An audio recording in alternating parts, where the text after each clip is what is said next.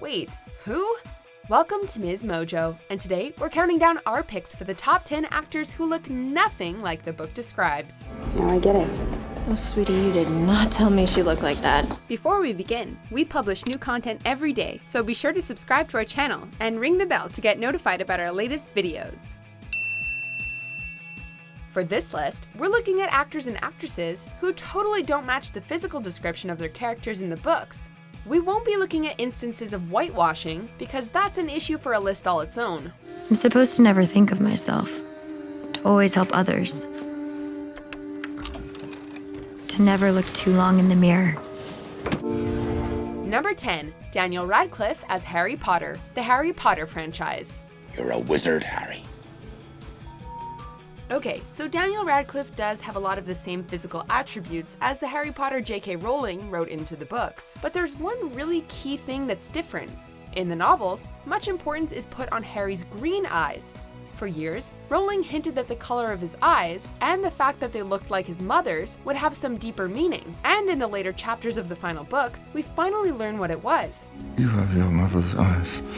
Radcliffe, however, has bright blue eyes, and the color contacts that the producers of the first film tried to get him to wear just didn't work. His eyes reportedly reacted quite badly.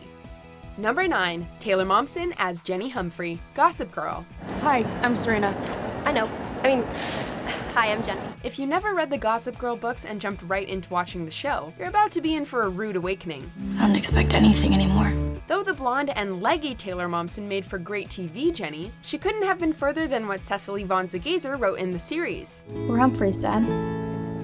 Not exactly royalty uptown. Book Jenny is short, and her defining feature is her disproportionately enormous breasts. You are lucky I don't fire you this minute. Oh, you are lucky that I don't just quit.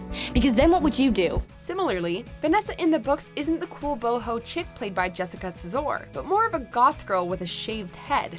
Awkward. Number 8, Shailene Woodley as Tris Pryor, the Divergent franchise. These differences may seem kind of minor, but for fans of the book series, they made all the difference. Shailene Woodley has become known for playing the every girl, or even the plain Jane, and this does somewhat fit Tris's descriptions in the book. That's not supposed to be a choice. The test should tell us what to do. What doesn't match is that Tris is supposed to be blonde with blue eyes, with a narrow face and a long, thin nose. Woodley may not match this description, but considering how talented of an actress she is, most people were seemingly willing to move past these differences. If I'm too good, then they'll kill me, and if I'm too slow, then I'll die. Number 7, Shay Mitchell as Emily Fields, Pretty Little Liars. I think there's something wrong with me. In the Pretty Little Liars book series, Emily is described as having strawberry blonde hair and green blue eyes, and the model who portrays her on the book covers, Erin McQuatters, pretty much fits this description to a T. When it came time to cast the TV series, though, the producers decided on Shay Mitchell, who is of Irish and Filipino descent and has a much darker complexion. Ashley Benson as Hannah Marin is similarly different from her on-page self in terms of looks, with her book counterpart being described as extremely thin with long dark hair. Maybe I'm not the person everyone thinks I am. So it is. Number 6, Tom Cruise as Jack Reacher, Jack Reacher franchise. Then there's the kind who want legal means of killing other people. There was an amount of understandable outrage when Tom Cruise was announced as being cast to play Jack Reacher in an adaptation of Lee Child's book series. Why, you might ask? Well, the book character is ex-military, and is once described by another character as, quote, one of the largest men she had ever seen outside the NFL. He's supposed to be 6'5", weigh in between 210 and 250 pounds, and boast a 50-inch chest. So notoriously short-statured actor Tom Cruise isn't exactly his physical match, to say the least. If I ever got in trouble again, he'd be there. Number 5, Keira Knightley as Elizabeth Bennet, Pride and Prejudice. In one of the most famed pieces of literature in history, Jane Austen's Pride and Prejudice, the protagonist is notable for not necessarily being the most beautiful woman in town. In fact, she's considered just the second prettiest of her sisters, and is described as having asymmetrical features. But her sister Elizabeth is very agreeable. Perfectly tolerable, I dare say. Not handsome enough to tempt me.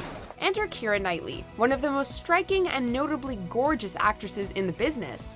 While she does an excellent job of playing Elizabeth Bennet, it's hard for anyone to believe that she could be considered anything other than a stunning beauty. You chose to tell me that you like me against your better judgment. No, believe me, I If didn't I mean... was uncivil, then that is some excuse, but I have other reasons. You know I have. Number 4. Jennifer Lawrence as Katniss Everdeen, the Hunger Games franchise.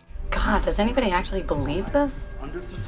Apparently everybody. This is one example of an actress going through quite the transformation in order to fit the description that was given in the book. Blonde-haired, blue-eyed Jennifer Lawrence managed to do a pretty great job transforming into the dark-haired Katniss, but she still never quite managed to match her olive skin tone. When the film came out, many criticized Lawrence's healthy and seductive body, saying that in a dystopian world where food is scarce, she would never look like that. Notice how no one mentioned Gale looking too jacked though. Fine, laugh at it. I'm not laughing at you. Number 3. Alexandra Daddario as Annabeth Chase, Percy Jackson and the Olympians, the Lightning Thief. Sometimes casting directors seem to select an actor for a role despite how they look, and not because of it. In the Percy Jackson books, Annabeth Chase is described as having long, curly blonde hair, quote, like a princess, tanned skin, and an athletic physique. Daughter of Athena. How do you know me? You have such beautiful hair. The actress they chose to portray her, however, Alexandra Daddario, is kind of her polar opposite when it comes to looks. Fans of the books naturally had a hard time getting used to this casting decision, but in the end, Daddario managed to win them over with her on-screen presence. My mother is goddess of wisdom and battle strategy. Do you know what that means? I always win. Number 2. Emma Stone as Skeeter, The Help.